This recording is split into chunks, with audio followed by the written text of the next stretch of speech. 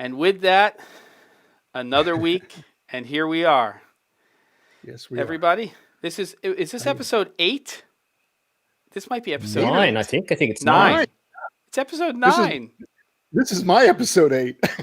This is This your is- episode 9. Yeah, amazing. News Yeah, no, it's Shooter great. Weekly. And here we are again. I'm Jem Schofield, and I'm here with Erik Naso and Matt Allard.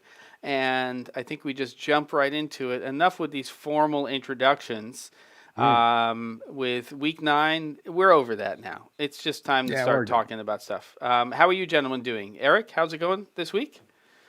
It's been busy, a lot of editing. I had a shoot last week that was kind of fun. We were giving away some, baskets of goodies that had a lot of gift cards and such for veterans here in San Diego. It was called Salute to Service. So it was kind of nice to go out and shoot this. We shot like about 5 families, giving them away, shooting it, and they were going through it. And it was super positive. So it was really nice. But we were doing our COVID thing. I kept away, masked up. I had my producer had a dual role. She had to run audio. And I'll tell you what, I don't usually run a boom mic during my shoots, but having that boom audio in there was fantastic. I got sound from everybody, right? And I edited a nice little, sequence of about 4 or 5 little audio pops. And I'm like, man, I should be doing this all the time. I don't care if she does in the sound recorders or not. She did a great job with the boom, and it really added to the spot. So, That's yeah, cool. busy week. It's Wednesday. We're still plugging along. Good. And if you didn't know and you're new to the show, this is News Shooter Weekly.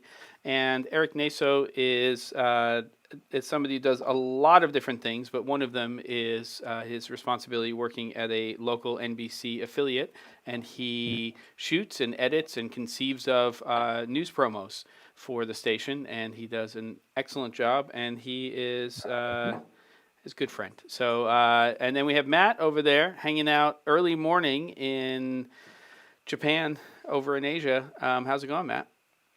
Not too bad, not too bad. Just to add to that, Erik makes a killer steak. So if you're ever in San Diego, just go and knock Come on on his door. down. I'm sure he'll grill something up for you that'll be scrumptious. I'm doing okay. Yeah. This I'll week, take you to Iowa Actually- Farms, and we'll pick the best of a lot. you're making me hungry and it's only breakfast. I'm doing all right. First week I've been able to actually stand up or walk in about 5.5 weeks after a serious injury. So I'm just doing some rehab. So that's basically what I've been doing lately. Amazing. It's fantastic news. Yeah, very good news. And good to have you back on your feet. Favorite cut of steak, Erik? What's it going to be? If you had to Ooh. pick one and you had to put it on the grill, what would it be? Oh, it's always a ribeye. Always a ribeye, or a really next up is like a bone-in New York, bone-in ribeye. But Okay. those are money steaks, man, all the way around. I'm Matt? I'm the flavor guy. How about you, Matt? You got a favorite? Whatever Erik cooks, I'm good with that. Okay. All right, cool. Well, Good. what about So- you, Jem? What do you like? Come on, you're a steak guy. You know, right? Yeah. No, I am. Really? I mean, ribeye for sure. I have a soft spot for skirt steak. I do like skirt steak a lot. I like that cut. But I'll go with a lot of different. I'm a big braiser of beef, so I like to braise stuff. So we'll do like chuck, and we'll do good stuff that Matt over there might like in the Mexican flavor profile. So we do a lot of that. Barbacoa and things like that would be up my alley. I don't mind a good Mexican night and tacos and making everything from scratch. So I enjoy that. All right. Let's go to Jem's house. Let's go. Let's go to Erik's house. Just a couple of little things to talk about this week when it comes to equipment. I'm not pulling everything from the Newsshooter site. People can go there and check it out.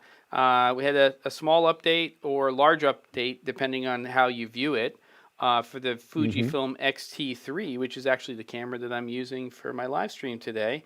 And this is a pretty big one. It's version 4.0.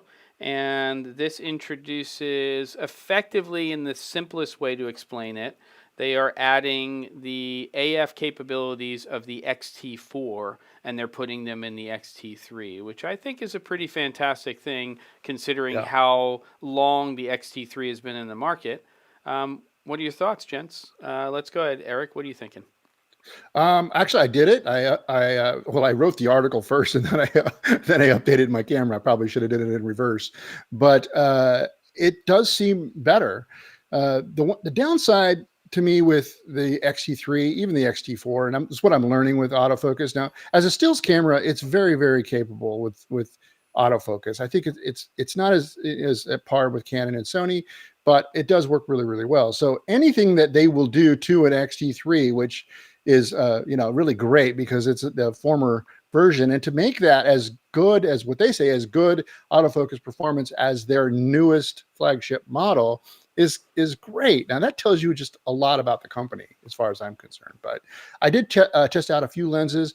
What I found was that the continuous autofocus seems to be smoother, and it kind of doesn't have the jerkiness that it did before. Especially what I noticed was going from far to close always seemed to be a little more jerky than going from close to far focus. Like, so if you're sort of panning the camera off, I noticed that it was a little bit better.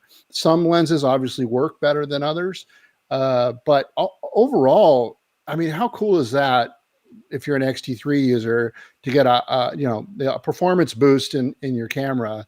Kind of makes you feel good that you still have it, and they're still working on making it better. Yeah, I mean, I think it's a very capable camera. I think one of the things that both you and I have run into together is just still a little bit of a head scratcher when it comes to the AF functionality of both the XT3 and XT4, which I love. I have an XT4 over there, that the AF system works better when you press record than when you're not recording. And when we take a look at and when we look at the modern, and it's a challenge for me because I don't want to hit record because it's not continuous recording. So I've got a 30-minute record time effectively on this. So when I'm live streaming, I'm just trying to find that little spot right there. I happen to have a beard. Excuse me for the mic touch there. I have a beard, and I also have glasses, which are things that AF systems don't necessarily love when it comes to face detection, unless you start to talk about some of the modern cameras like the A7S III. You talk about the R5, the R6. They're very, very advanced AF systems that kind of go beyond what we're getting in the Fuji camera. For you, Matt, do you think it's important that Fujifilm continue to do this with their cameras? It's the first update we've seen in a little while. Do you think that it makes these cameras more attractive to people on the market, especially because the XT3 is a camera that's still out there?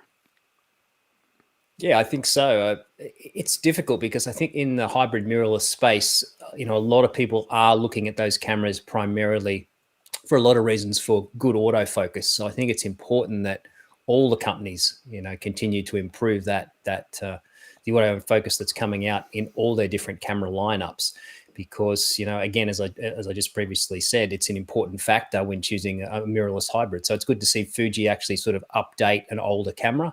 I know Panasonic is sort of doing a bit of that too now, trying to upgrade their systems. I mean, they are sort of lagging behind Canon and Sony, but it will be interesting to see if Panasonic and Fuji can catch up in the future. Yeah, I mean, I think we would probably agree, and it's a little easier for you and I, Erik, to say this just because of our experience with Fujifilm cameras. But if we're looking at the companies there, we're sort of looking at Canon and Sony now neck and neck, especially when that A7 III came out and they really started to nail their sort of large sensor AF system and trickled that into their other cameras and keep advancing it. I would say that Fuji's probably, I wouldn't say a close third, but they're definitely in that third place position in terms of their AF system. And we've got Panasonic and some other companies sort of sitting in that next tier. It's not that Panasonic's bad, but I would say that Fuji definitely has a lot of promise if they continue to evolve, and if they take their H series and they advance this, we'll see where they can go with it. Yeah. But they could potentially go to another level. One thing that kind of strikes me was, I was wondering about it last week because I have an XT4 here for a little while, and I'm still debating on whether I want to, keep it or not, because there are things about it that I really like, and then they do this, they do this update to the XT3 and improve it, and the only thing that really is left there that I don't have is the IBIS, Yeah. But there's something that was sort of making me think that maybe there was some tech in the lenses that are lacking, as opposed to just the sensor and how, that's working, or the processing and the sensor, how that's working. But when they say they rewrote the algorithms on the camera to make the AF work better, well, that kind of throws my theory out the window. So, it makes you wonder, like, maybe they have potential to continue to make improvements on autofocus, which kind of makes you want to hold on, because I do like the camera, right? I mean, the color is great. It's a solid camera. It works really well. And I love the size. I mean, you'd go from a XT3, XT4 in hand and in kit to an R5 or even an A7, camera. They're big. They're a lot bigger, a lot bulkier. Lenses are bigger, bulkier. So there's so many advantages to having that smaller, very capable APS-C size sensor. Yeah. No, I agree. And I mean, I would love to see a contrast and phase detection system in there. I'd like to see an advancement in terms of what they're doing. In reality, I think the pluses for the XT4 are the articulating screen, but that's not always a plus, because sometimes that XT3 screen is better in that position. They haven't done what Panasonic has done, which is like the double whammy, where it works in both of those when it's resting up against the body and also it's flipped out. They just don't have that combination. So sometimes I actually prefer the screen on the XT3 and the way I can tilt it when it's up against the body of the camera. The other thing is that, you can't put the ports on the other side of the camera because that's where the grip is. But the reality is, when you flip that screen out, as soon as you start plugging things into that left side of the camera body, then your motion of your articulating screen is greatly reduced. It's almost nothing in terms of the capabilities. And people have to understand that that's the reality, unless they start putting ports in some other place in the camera. That's going to be a downside. The IBIS for sure, and I would say the other big advantage to the XT4 is just the overall continuation of functionality, that they've split the movie and the stills functionality for the camera into two. So when you go into the menu system, it's dedicated to shooting in movie mode as opposed to stills mode. So you're getting to all of the things that are specific to using the camera that way. And I think that does help. And it does take that concept of a hybrid camera to another level, which you don't get in the XT3. You're hunting for that movie icon and everything's in there, and then everything's grayed out in all of the other menus, essentially. So that does make it a little hard. But if you already own an XT3 and you need a second camera, they both use the same sensor. So they could be a great AB, especially now with this update camera, combo. All right, I want to get thoughts on this. We move over to this, which is a long time coming, which is a new product, which is announced a long time ago. What is this thing, Matt? Tell us about this in terms of what you know about this little thing.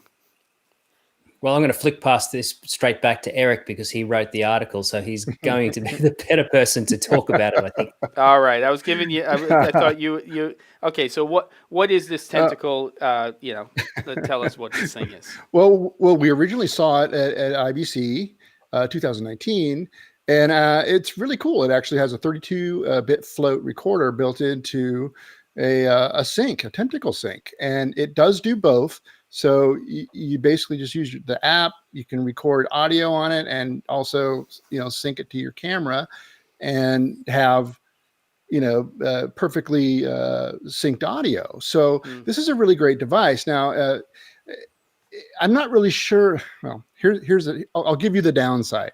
I do think it's really great. It does come with a lav. I don't know what the quality of the lavalier is. Most of the time when something comes with a lav, generally the lav goes into a drawer and you pull out your the one you love the most, because audio is important. You always have one. Now it's a 3.5 millimeter connector. So it will work with, basically like the Sennheiser connector, not the Sony type, because they wire theirs differently. Of course they do, right? So, but having that ability to have a 32-bit float, which basically means the audio won't clip. you take that in and you bring it down in your audio tools, and you can, if your audio is overmodulated and it's clipping, you bring it down and it will normalize. But it's really kind of an incredible thing. It's almost like kind of like having raw audio, right? Instead of compared to video, so you can fix things that maybe weren't working quite right when you shot it. And it's a great device. It looks really great. I can't wait to get my hands on to use it. Now in the US, it does have an audio headphone jack. Now in the US, that audio headphone jack will not work while you're recording, and this is something that we always have to deal with. This is the Zaxcom patent for, recording audio with wireless devices. It's an issue, but so in Europe, you don't have to deal with that. So it's going to be a full featured. You're not going to get a discount because you have a lesser feature available to it. But I think the retail price, I can't remember. I think it was around $350 US. Yep, that's correct. Yeah. And some were saying that's a lot of money. And I'm thinking, hey, you're getting an audio recorder and Tentacle Sync at the same time, Tentacle Sync at the same time. So I don't know. It seems pretty reasonable to me. But look, it's a unique device. There's really nobody that has anything like that. Once you get used to that workflow of using their software to, at the end of your shoot and syncing everything together, it's really quite handy. And I know Matt can actually comment a little bit more about using the Tentacle Sync in production because, he uses them. So when you tie the audio recorder in with that technology, that's pretty cool. Yeah, with the new ones, the Tentacle Sync's great. I use them all the time for syncing up multiple cameras and also sound recorders and things along those lines. So I think this is actually fairly handy because I think what you could do with this one is like plug in something like a Rode NTG with the 3.5mm jack straight into that and go and leave it somewhere if you're shooting something to pick up natural sound audio. And then also you're obviously getting the time code synced up on that. So when you go back, you're not just trying to find where that random sound went. You can actually find the exact spot in time and have it perfectly synced up. So I think it's a good application for doing things like that. Yeah, I mean, it seems like an interesting device.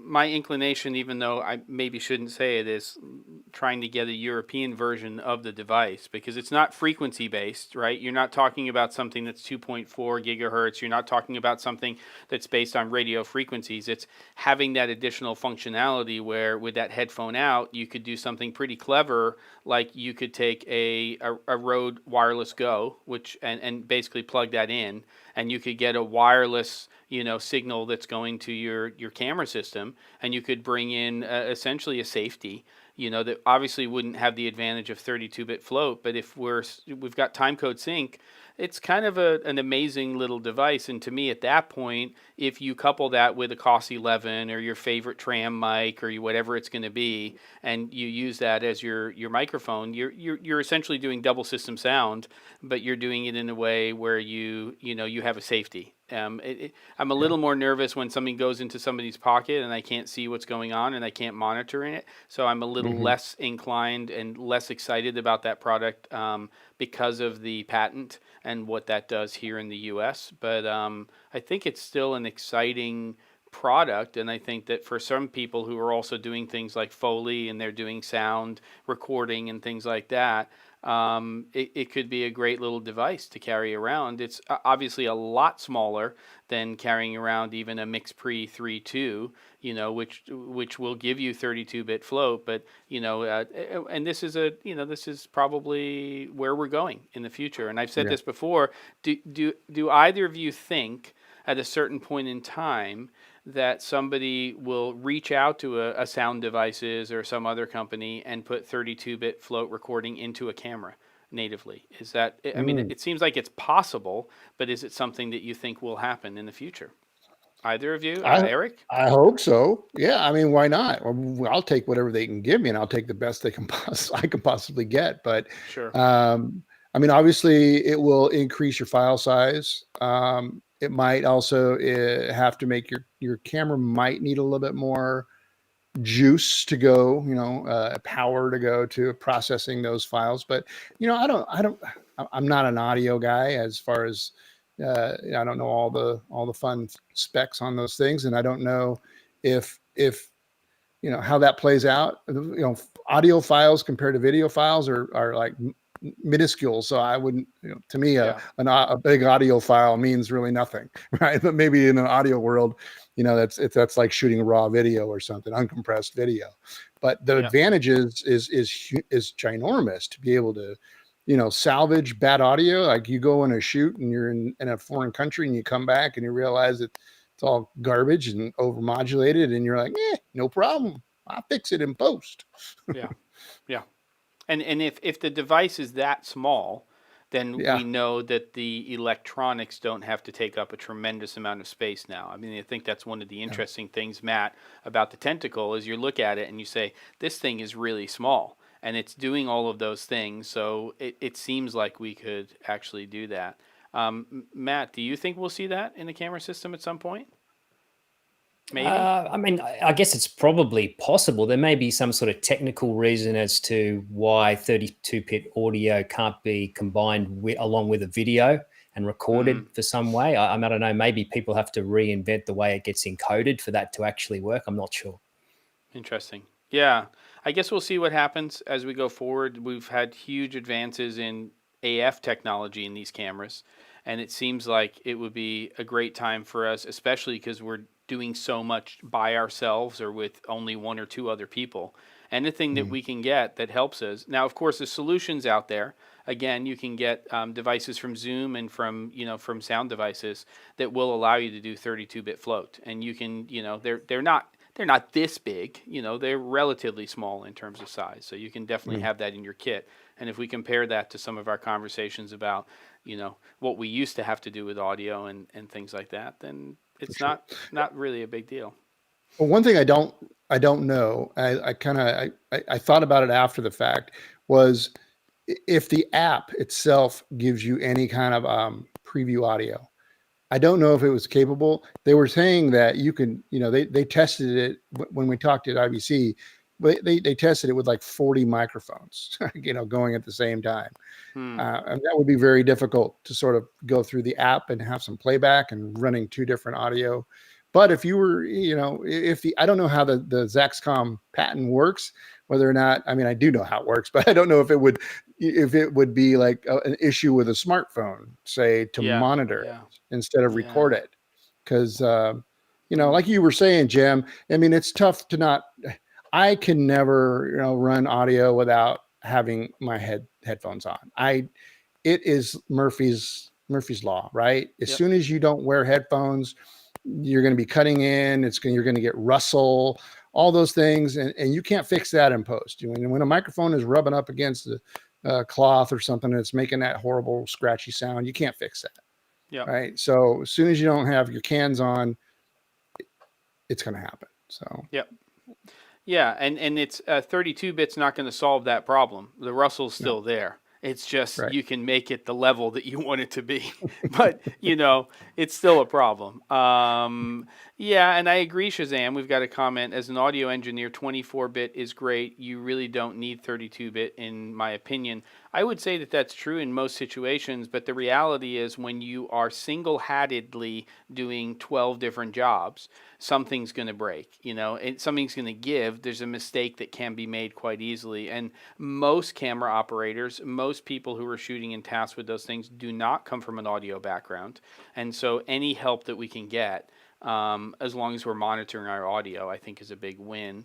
Andres is giving some comments in here about, some distributors and resellers getting in trouble and losing distribution if they're carrying, these types of products in the U.S. I wasn't implying that. I don't think that that's the way to do that. I think that if you're doing work in Europe, I know a guy. It's fallen off of a truck somewhere in Birmingham or something. That's. I'm saying if you can source one individually from from Europe and it's a product that would work well for you, maybe that's okay. But I understand the patent is a patent, and we have to we have to understand that you you know that that's part of our industry, and it's not the first time we've seen it. But I think it's an interesting product. I hope. Well, and keeps the other fix for that problem is that, like the DR10 does, a Tascam, which I absolutely love. I have one of those. They're tiny, and I carry it around me, and I with me everywhere I go. It's probably been one of the most handiest audio tools ever for pickup audio at work. It's like I'll run down to the studio and I'll say, "Hey, I need a pickup audio. I don't have to grab my camera or anything. I just have this tiny little mic, the same mic that I used when I recorded the original audio, and I knock it out." But it has a setting where you can have two different levels of audio. So you have the one that's you would consider maybe like a little normal, and one that's a little bit lower. And there's your safety, and you don't really have, you know, the files are still pretty small. So, and that has worked for me. That has saved me, because sometimes people read, their inflections are different, you know, as you're recording it. So totally. Yeah. No, I agree. I mean, even a Smart Love Plus into a smartphone can be a lifesaver in certain situations. It happened to me on one production where we were doing a narrative project, and the audio recorder ran out of batteries, and you know, we were a really small crew and we didn't have a sound recordist, and I happened to have a Smart Love Plus, and we plugged it in, we started the app up, we stuck it into the actor's pocket, and we got the take that we needed. It wasn't matched, it wasn't perfect, but we had audio, and it was better than recording with the camera's mic, for sure. Yeah. Okay, cool. Well, last week, what we did, because you were off working, Erik, is we started a part 1 of documentary filmmaking with Matt. We covered a lot of ground in that hour, and we're really going to spend about a half an hour as sort of a part 2 this week. We went over your background, Matt. If you haven't listened to it, if you haven't watched it, please check it out on the Newsshooter YouTube channel. And we talked about how you got started into this type of filmmaking, and when you started out in Australia, and then you moved off to working with, with basically bigger documentary projects. We looked at some of your short documentaries. We talked a little bit about self-funding versus, basically getting hired to shoot something that is funded. And there was one particular documentary film that you worked on called On Thin Ice, which we didn't get to last week. And I thought it would be a great idea to play about the first 10, minutes of the documentary, and everybody can watch it. And then, Erik, I hand it over to you, and you have a conversation. We did have another short documentary, but basically, I think that we want to focus on this one for this half an hour. So we're going to play this down. I'm going to mute everybody's audio except for the doc.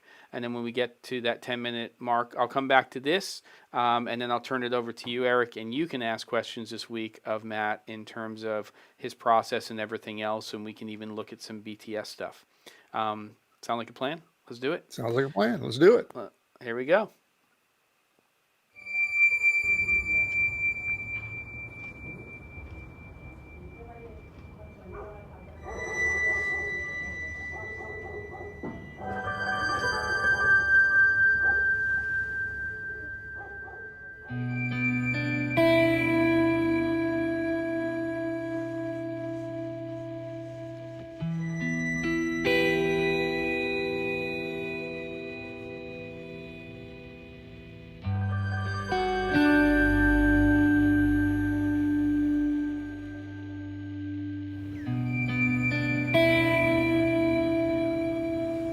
In Ladakh, winter is as brutal as it's breathtaking.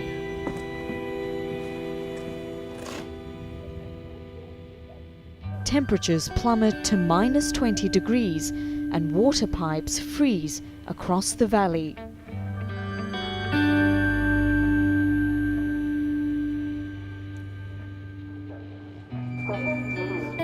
For months, this remote region is cut off by snow, leaving many here longing for spring.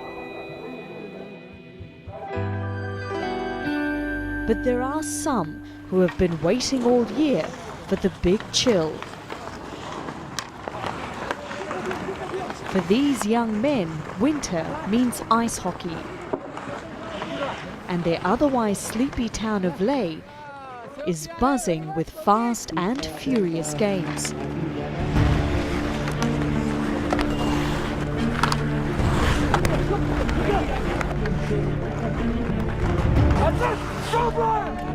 The craze for the sport here is legendary.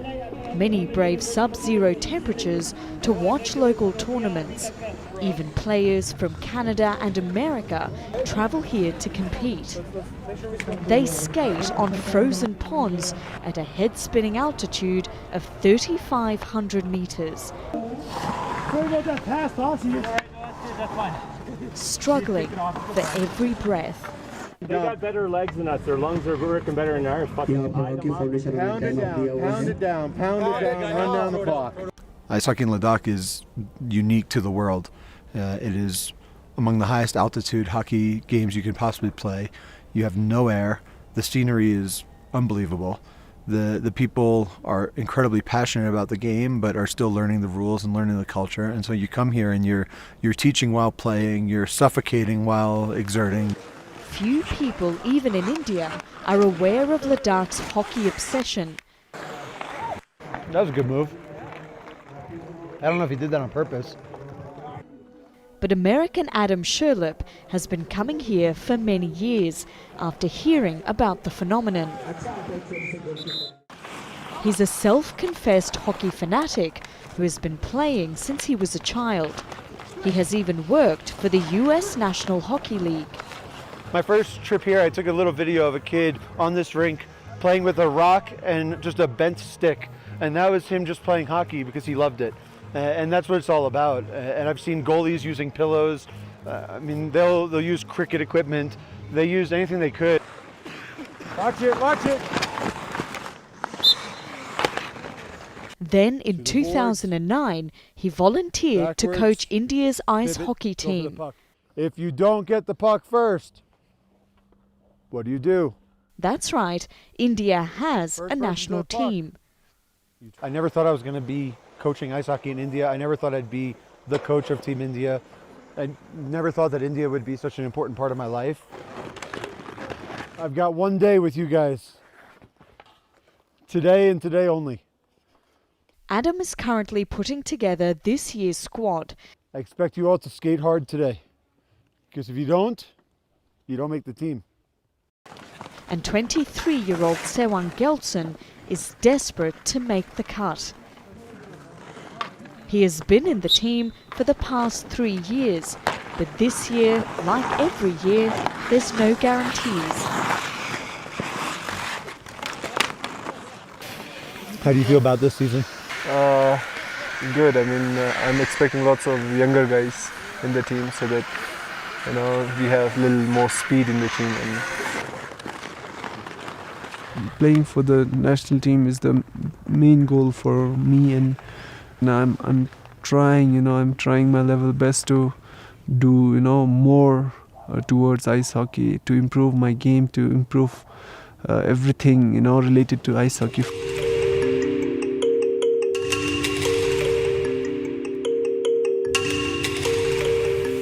The sport is more than just a hobby for Gelson. It's his life. When he plays, he says he's in a different world. When I'm on the ice, I feel more lighter, I feel more faster. I feel like flying all the time on the skates. I feel strong. It gives me just more than a human feeling, somewhat near to some superhero, that type of feeling it gives. We put on our skates, and when we put on our gear and when we jump into the ice, we have no idea about what's going on outside, nothing crosses our mind, nothing comes to our mind about what's going on outside the rink, in the world, or what I'm going to do next, and what I have done before. It's just a bunch of players alongside me and the opposition out there. For as long as Gelson can remember, he has dreamt of playing in the big league.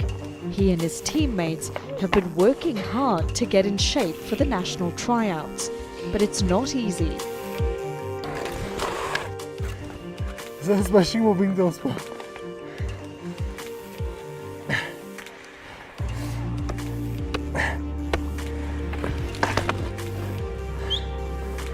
Most of the players' equipment is donated and second-hand. A lot of it is damaged and they can't afford to replace it. I have this gloves, I think. I got it 2 years back, and when I got it, it was in a very bad condition, and now it has got really worse now. Almost most of the gears, are either a little too big for me or a little too small for me. If we don't have appropriate equipment, then we are less protected and we become more prone to the injuries. It also doesn't help that the players have no full-sized rink to play on. There's only one of those in all of India, in the city of Dehradun, which is a 2-day drive away. And even that has been shut since 2012 because of a lack of funds. Instead, Gelson and his friends only have a few weeks of winter to practice on ice when the lakes freeze. For these elite athletes, this lack of equipment and infrastructure is disastrous. Gelson says it's his family's support that keeps him going. He has invited me home for lunch to meet them. Hello. My mom. I'm Karishma. How are you? How are you? My aunt. Nice to meet you. Gelson's mother has been a school teacher for more than 40 years. Over plates of fresh momos, she talks about her son's passion for ice hockey. Kuchuni parla kuyaba leo na ice hockey azu chilolea winter support na member chigin penyale. Then ote in pane parla tene o kunyampo abale nang nyapo sonte tene tenan kane drup tan tezananga reba met pinki koiza chigurin.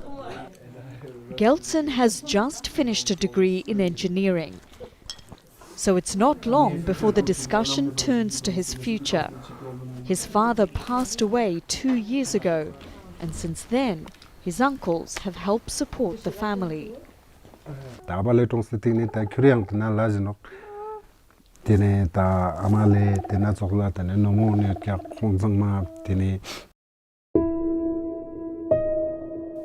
Gelson's father always supported his dream of playing ice hockey. He was a decorated police officer, even serving with the Dalai Lama. But his sudden death from a heart attack threw the family into turmoil. Ngata pene med nang ngati dalu ne rusi kyon singi tu chigala lebna te ul demorar something nang ote utada pene. Mashantin rox jot pen abeya le kerang botse gurna something. As the eldest son, responsibility now falls on Gelson.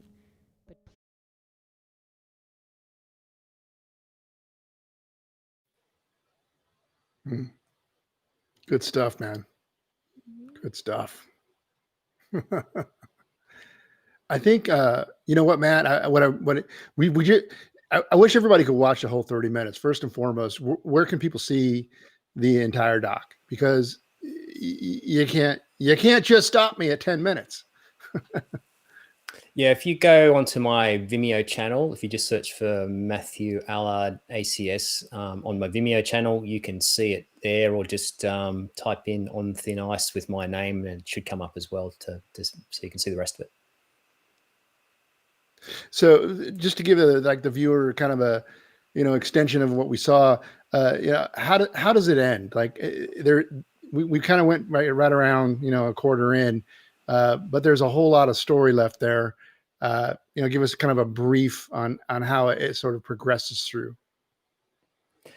Well, I mean, this is a story that was more about the people than it was about sort of ice hockey, and I think that's the whole philosophy behind it. Is we just didn't want to make this a documentary about people playing hockey in India, even though that's sort of sort of quite fascinating in itself. But it's more about the characters that are involved in telling this story, and the Canadian coach there, Adam, and also the Gelson, who was the main character in the story there. We sort of follow their journey through going through his background and his personal situation, and dealing with his family, and trying to deal with the the challenges of playing hockey in India, and then we go through the national selection process with the team to see how they become, to see if he gets into the team or not, and what his sort of dreams and thoughts are moving forward for ice hockey in general in India.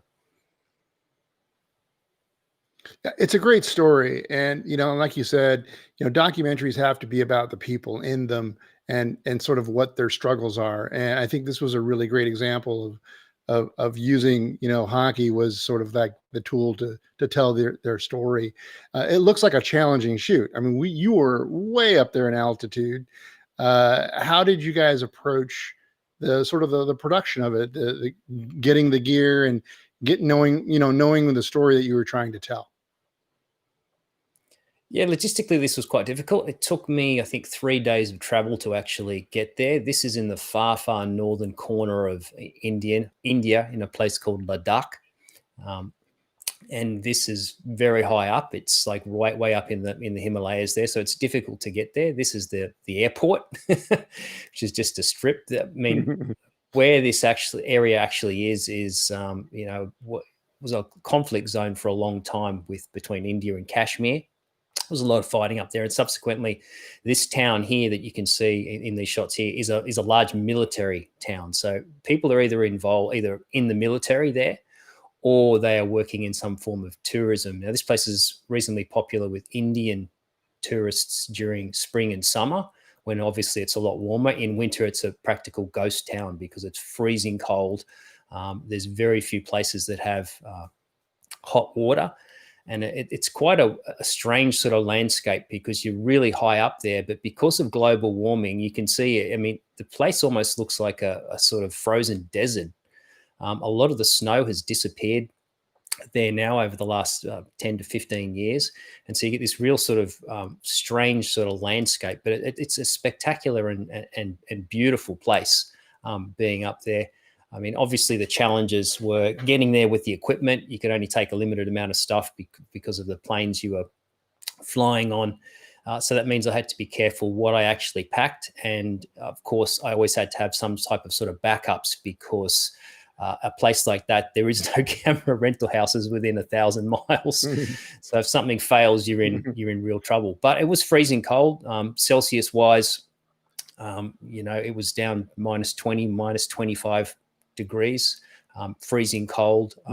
At that altitude was pretty difficult to become acclimatized to, because it's not like you're climbing up a mountain where you can gradually get used to it. You fly in there and you're basically at 3,500 meters. So it's very easy. And a lot of people get sick from altitude sickness, which can be quite a serious thing. So for the first couple of days, I really felt like I just had a constant headache. And then eventually you sort of get used to it, but it's very difficult to work in because of the lack of oxygen up there. Everything you do you sort of feel exhausted by. And it was interesting too, because the flights get cancelled all the time because of the weather, trying to fly in and out of there. When I first arrived there, half my bags didn't make it from the previous flight. So I was stuck without a bunch of stuff. So I had to wait and hope that it turned up on the next day to utilize those. So yeah, it was a difficult one in terms of what I could actually take. I was very limited. So I had to be very careful as to what I took with me, but I also had to have backups for things to make sure that if something failed, I wouldn't be in serious trouble. Now, because of that cold weather, that has a pretty negative effect on gear. Did you have any problems with batteries or the performance of the camera? And what kind of lensing did you use on the shoot? It was actually okay. Most lithium-ion batteries and cameras will work okay in those type of conditions. Once you get below about -30 Celsius, then you can have real problems with the batteries just losing their charge. When I was carrying around batteries, I was keeping them inside my jacket on myself to keep them a little bit warmer. I didn't have any problems with the camera. Again, because of limitations in terms of what I could actually take with me. This was all zooms for this job. So this was a 16-40, 30-76, and an 80-200 were the three lenses I took and used for that entire documentary. Now, you were telling me earlier that this was something that you had actually edited yourself. And how did you approach knowing that you were going to do post-production yourself? Yeah, there's two versions of this out there. This was done for a broadcaster. So there is an alternate version of this as well that was cut, and this is a version that I cut of it. So you have to think about, getting the right type of shots and being able to build a story so someone can work with that material, regardless of whether you're going to cut it or somebody else is going to edit it as well. So because this was for a broadcaster, it had to be shot in HD, couldn't be shot in UHD or 4K. It couldn't be shot in log, and it had to be shot in at least 422 10-bit. So I just shot this in regular ProRes. And so you have to bake in your look here. So you have to be very careful with things like white balance, exposure, all those sort of things, because nothing you see in that material, in that documentary has been corrected or altered in any way. It's everything that you see has to be shot exactly like it was in, how it was in camera is what it ends up being the end result. So for a couple of those things, I took a matte box with me, and I did use some graduated ND filters and some polarizers just to get those, because there's beautiful clear air up there. So you get these fantastic sort of blue skies. But again, too, it was also a very challenging shoot dynamic range wise, because you're dealing with super bright sunlight hitting white ice. And also you've got lots of dark shadow areas just because of the mountains and everything like that. So it is a struggle when you're not shooting log to be able to expose correctly and maintain, information in the highlights and also in the shadows. Now, I really like the images that you were getting in the houses. It looked really natural, warm, just very, very, very, very nice. Did you bring lights? Did you balance lights? How did you deal with those type of lighting conditions? Because you probably didn't really know exactly what you were getting yourself into before you got there. No, everything. This was a story that was actually sort of built on the ground up, because obviously couldn't go there in advance to recce it or to find characters and everything. So that all had to be done there on location, basically creating the story as we were there. So I had to rely a lot on natural lighting, particularly in those houses and things. It's just working around it and getting in the right spots to do it. I couldn't take much in the way of lights. I think I took 2 1x1 flexible panel lights. That was it, just because of size restrictions and what I could actually take. So they weren't used much. I think I used them for the interview with the main character's mother, and for a team meeting later on that was done sort of at night, and I basically didn't have any light stands, so I ended up gaffer taping them to the wall, both together to create sort of a bigger source, so to create the light needed to capture those scenes. But almost everything was available light. So you're saying that you didn't really have a story nailed down until you got there. You obviously knew you were doing a story about this hockey team, but you didn't have the players yet, as far as the main characters. You had to develop all of that once you got off that plane, once you started meeting people. Yeah, this was done just by myself and a correspondent. That's it. There was no assistants. There was no producers. There was no sound recorders. There was nothing like that. So it was a case of actually finding these characters on the ground and then discussing who would work best, and then, negotiating with them to follow them around, obviously, without trying to interfere with what they were doing. So this is done a lot in a sort of a very sort of observational way. A lot of it I tried to keep back a long way and use long end of zooms to capture the material. And also what was very important too is this is a difficult one, because the sound is super important for a documentary like this, and it's a struggle when you're having to try and do everything by yourself, audio wise. But it was important for me to sort of try and lock that down. I did have a couple of problems there with the radio mics having some issues, because it's a big military area, and there was getting a little bit of interference sometimes on the microphone. So there was nothing you could sort of do. So I had to just live with it in that regard. But I was trying very hard to make sure that I captured, good audio. And there was quite a lot of stuff that was, particularly when they're playing ice hockey, that was done in slow motion. So you also have to think about also capturing the audio that goes along with that. And also I put radio mics on the talent all the time. So when, the main character's out there playing on the ice, you can hear him talking and get that get that sort of that required audio that you need, because it's a lines. difficult one. You can't just, in those scenarios, there's not 4 cameras to do coverage of a lot of these things, and ice hockey's difficult enough to shoot at the best of times. So I would literally just roll for long periods of time and not button off and just reframe or move my camera position to get different shots, so I could have that audio there, because I never knew when someone was going to say something or I'm going to miss something. So they're difficult to do because you've got to think in advance, and you have to think about cutaways, because you have to transition between different pieces. And if you're shooting a team meeting or they're on the ice talking and stuff like that, you can't just get one shot from one angle and then hope that it's going to cut, because you need to have cutaways that'll go in there to help try and transition you through the story. Now, that's the one thing I really noticed about the doc was the audio was great.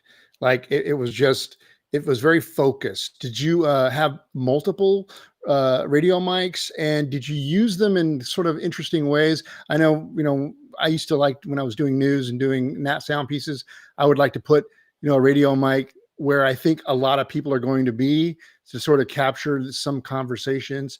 Was there any sort of techniques that you used to capture, just great audio? Yeah, for some of it, I think, you need a good shotgun microphone on your camera. I think a lot of people sort of overlook that.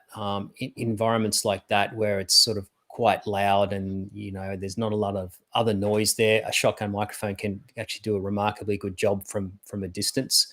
I tried to put radio mics on people when I could, when it was crucial. Obviously, you can't mic up 5 or 6 people. So sometimes what I would do is I would put the microphones on a couple of people, and if, say, there was 5 or 6 people there, then hopefully that audio would pick up from the others, or I would try and get in a little bit closer and use the shotgun microphone to sort of pick that up as well.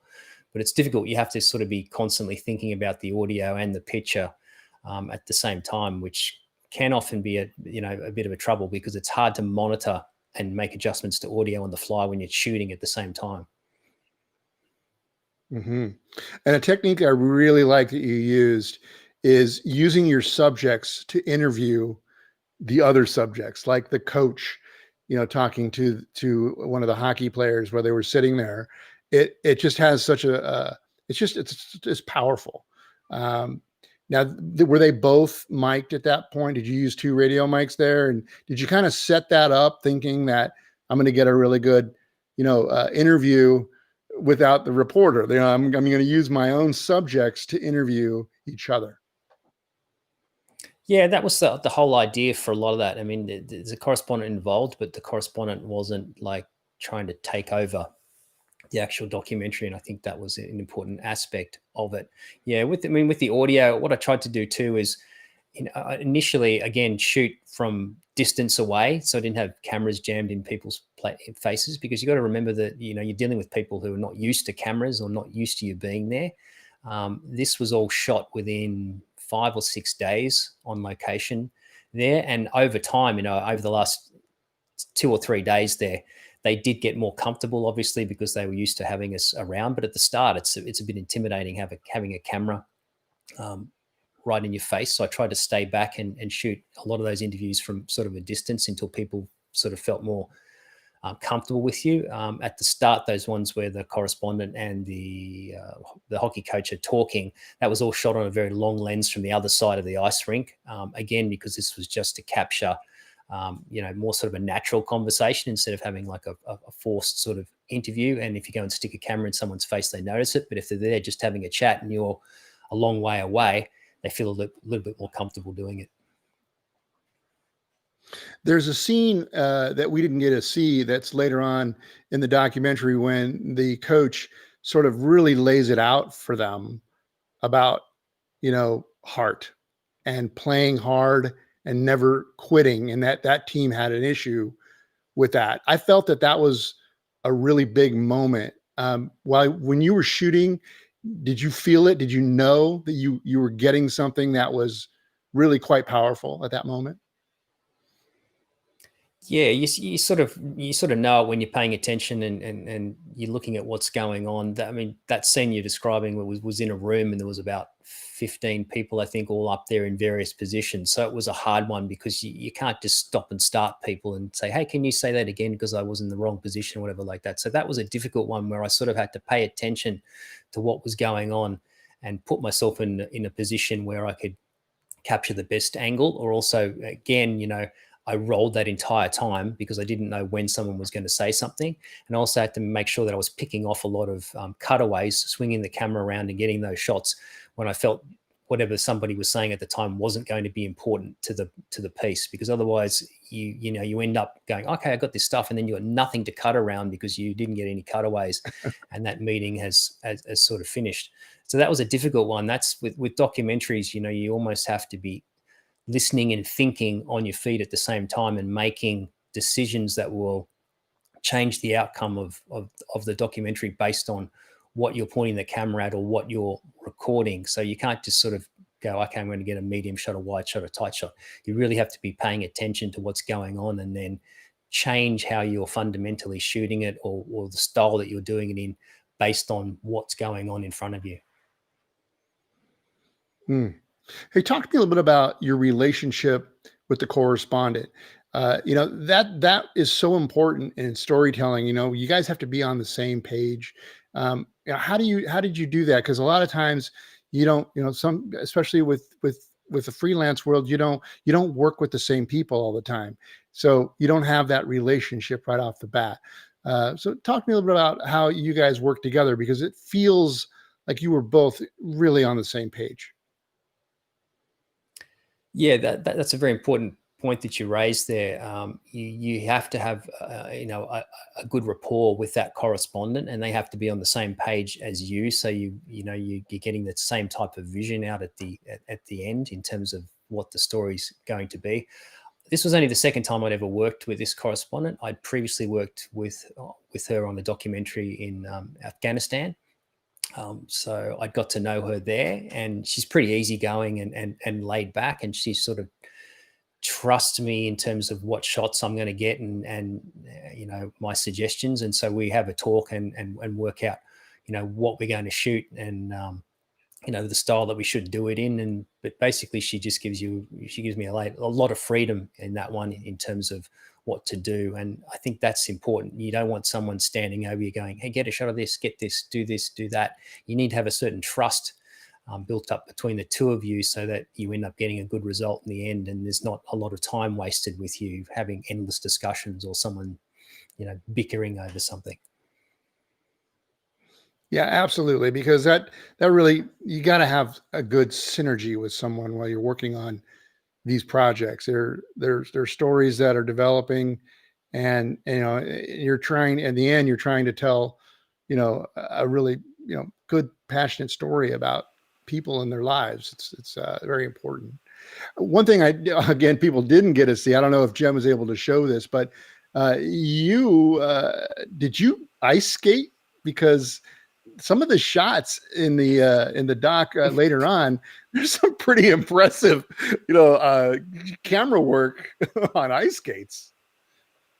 No, that wasn't me. I've got bad enough knees and ankles as it is. So skating's not my foray. I can do a little bit, but I don't have the speed to do that. So actually, one of the Canadian guys, I took along a Sony A7S Mark II as a backup camera. And also took, I think it was a Letus Helix Junior gimbal. So I basically set it up and said to this guy, hey, look, I'm just going to set this all up with a wide angle lens. Can you just hold it and just skate around and try and follow some of the guys? And he goes, yeah, okay. So I just gave it to him, and then off he went. So he was obviously a very good skater, trying to keep up with those guys moving at those speeds and trying to do it, carrying a camera's not easy. But that was just another way of getting some interesting shots by having that. I mean, I tried to do it myself, but I don't have the speed or the maneuverability to keep up with those guys trying to do that with the the fast-paced action that's going on. So yeah, I mean that helped, and it added something a little bit interesting, but it wasn't overdone. There's a tendency with gimbals, sliders, drones, all those things to overdo it, right? To use it way too often. You only need it to be done for a few shots. Otherwise it becomes too monotonous and repetitive. Well, I had this vision in my head, like, seeing you with this one handing this Amira on, with skates going backwards, but apparently that was not the case. No, that would have been virtually impossible, I think. would have ended in disaster. Yeah, I did a spot once for the for a company, electronics company, and we had the Islanders, and we actually hired somebody who was a camera op who also knew how to skate in order to get the shots that we needed. And we had to think about that. Obviously, you didn't have the opportunity to do that, so you had to find somebody who could hold that camera. And when you get into those situations, you don't always know what you're going to get, but you got some great stuff, really great stuff.